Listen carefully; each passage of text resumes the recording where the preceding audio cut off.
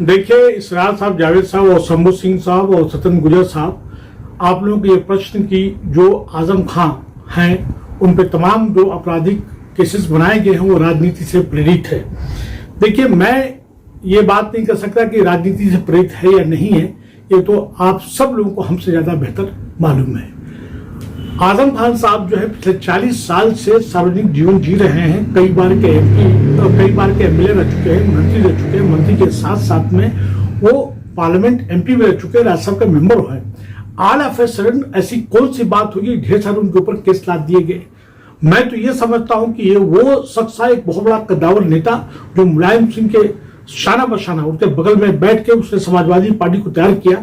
आज समाजवादी पार्टी के लोगों ने उसके फेवर में बात नहीं कर रहे, उसकी बात, उसके बचाने के उपाय नहीं कर रहे, उसके लिए आंदोलन नहीं कर रहे हैं। मैं आज पूछ रहा हूं उसके खिलाफ जो क्राइम किया गया है, मतलब जो उसने ऊपर जो अपराध जो लादे गए हैं या उसे बनाए जा रहे हैं, आप उठा के देखिए। गृह राज्य मंत्री अभी जो निश्चित जो प्रमाणित जो हुए हैं उनके खिलाफ कितने क्राइम है। यही माननीय मुख्यमंत्री योगी आदित्यनाथ के खिलाफ जो केसेस ड्रॉ कर दिए गए, डिप्टी सीएम के खिलाफ भी ड्रॉ कर दिए गए, ये तमाम केसेस कर दिए। और यूपी के अंदर तो एक से एक महाबाहुबली नेता बना बैठा हुआ है जिसके खिलाफ क्रिमिनल रिकॉर्ड है। मैं तो ये कहता हूं कि एक तरफ देखा जाए तो एक खास class and caste of the people के खिलाफ कार्रवाई की जा रही है।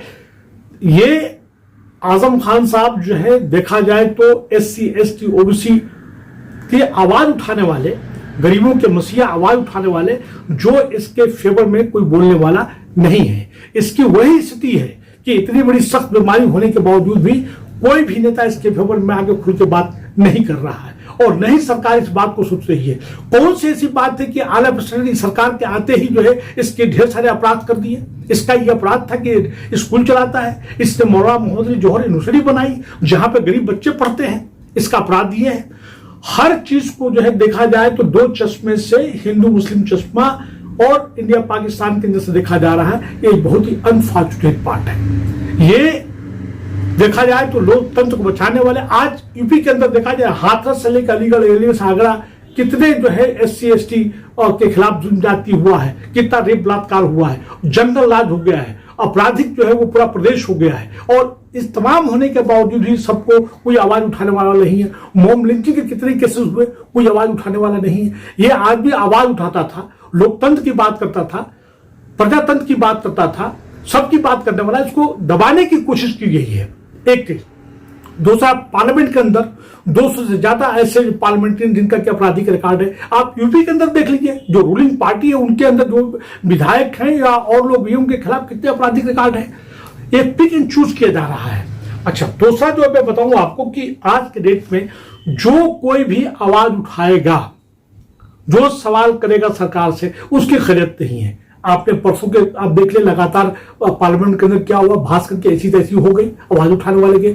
बहुत से ऐसे एक्टिविस्ट जो CA को लेके, NRC को लेके, या ह्यूमन राइट एक्टिविस्ट, अभी स्टैन स्वामी जिसको की डेथ होगी 84 साल में, उसको बिल तक नहीं दिया गया, उसको पोस्ट किया गया। तमाम ऐसे जो है JNU के स्टूडेंट्स जो है, या आसाम से लेकर जो CA NRC की जो बात कर रहे थे, उनकी ऐसी तैसी हो गई, कोई देखने सुनने वाला नहीं है। मैं तो ये कहूंगा कि भाई ऐसे हालात में लोगों को राइट टू इंफॉर्मेशन के तहत, सूचना के अधिकार के तहत लोगों को तमाम जो नेता है उनके आपराधिक रिकॉर्ड उनको मंगा के निकाल के देखना चाहिए। और साथ साथ ये भी देखना चाहिए कि आजम खान के खिलाफ कितने रिकॉर्ड है और किन कारणों से उनको रखा गया। लगातार कुछ बना किया जा रहा है, यानी गवर्नमेंटल मशीनरीज को उनके खिलाफ इस्तेमाल किया जा रहा है।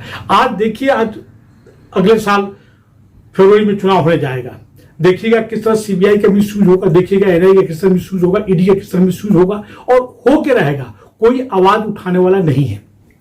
आखिर में अपनी बात को खत्म करने से पहले शंभू सिंह और गुजर साहब एक बात कहना चाहूंगा। समाजवादी में दम नहीं है, उनको डर है, भय है। और जो भी पॉलिटिकल पार्टी है, PSP के बारे में तो कुछ कहूंगा नहीं, वो तो मिल ही गई है। लेकिन जो और पॉलिटिकल पार्टी है नेशनल लेवल पे और स्टेट लेवल पे, उनको तो आवाज उठाना चाहिए। इनको बचाने के लिए सबसे बड़ी जो चीज है कि जन आंदोलन होना चाहिए, आम जनता को भर का साथ करना चाहिए। और उसके साथ साथ में इनका ताल्लुक जो है अलीगढ़ से, अलीगढ़ एमयू ओल्ड बॉयज के लोग जो है, यहाँ तक कि उनकी यूनिवर्सिटी जो है मौलाना महोदय जौहरी यूनिवर्सिटी जो तोड़ फोड़ किया गया, जो तहस नहस किया गया, प्रॉपर्टी को डैमेज किया गया, लाइब्रेरी को तहस नहस की गई, जो जानकारी सोशल मीडिया से मीडिया के माध्यम से मिला उसको बचाने का प्रयास नहीं किया गया। मैं समझता हूं कि इसके लिए लोगों को, आम जनता को रोड पर उतर के और खास करके SC ST OBC को उतरना चाहिए। उतरने के बाद इसके लिए काम करना चाहिए और इस नेता को बचाना चाहिए ताकि लोकतंत्र को बचा सके, ताकि ये गरीबों की आवाज उठा सके। बस इन्हीं बातों के साथ मुझे कहना है। आखिर में एक बार फिर, जो आपने कहा कि राजनीति से परिचित है, हम नहीं कहेंगे राजनीति है, लेकिन देखिए अपराजनीति तो ऐसे ही लग रहा है। ऐसे तमाम नेता जिन्होंने आवाज उठाई उनकी खैरियत नहीं, ऐसे तमाम अखबार, ऐसे तमाम मीडिया मैन, ऐसे तमाम जर्नलिस्ट, जिस किसी ने आवाज उठाया उसकी ऐसी तस्दीक कर दी गई। बहुत बहुत धन्यवाद, बहुत बहुत धन्यवाद।